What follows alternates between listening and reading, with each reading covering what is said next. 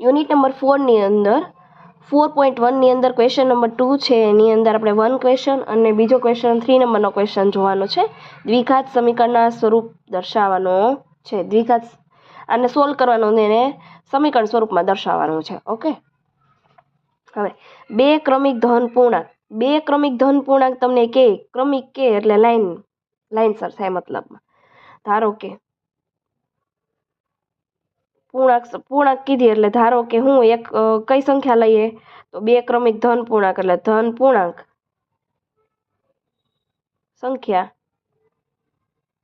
બરાબર x અને ક્રમિક કીધી ક્રમિક સંખ્યા, ક્રમિક એટલે લાઈનમાં પહેલા 1 આવે પછી 2 આવે, તો 2 કઈ રીતે આવે? આપણે રોલ નંબરમાં 1 2 3 એવી રીતે હોય છે, તો એને ક્રમિક જ કહેવાય ને. શું કામ? તો કે પહેલા 1 આવે પછી 2 કઈ રીતે બને? તો કે 1 + 1 કરીએ ત્યારે 2 બને ને.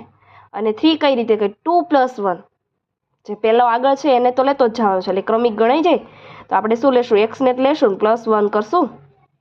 બે ક્રમિક સંખ્યાનો શું કરવાનું છે? ગુણાકાર 306 આપેલો છે એવું કીધું છે. તો x × x + 1 બરાબર 306. આપણે આ પૂર્ણાંક શોધવાનો છે, દ્વિઘાત સમીકરણના સ્વરૂપમાં દર્શાવવાનું છે. ચાલો, x નો અંદર ગુણાકાર x² પ્લસ આનો ગુણાકાર આની સાથે એટલે x બરાબર 306. 306 પ્લસ છે, આ બાજુ આવે તો માઇનસ 306 બરાબર 0. તો શું આ છે? તમારું દ્વિઘાત સમીકરણ મળ્યું. તો લખી નાખવાનું x² + x - 306 બરાબર 0. દ્વિઘાત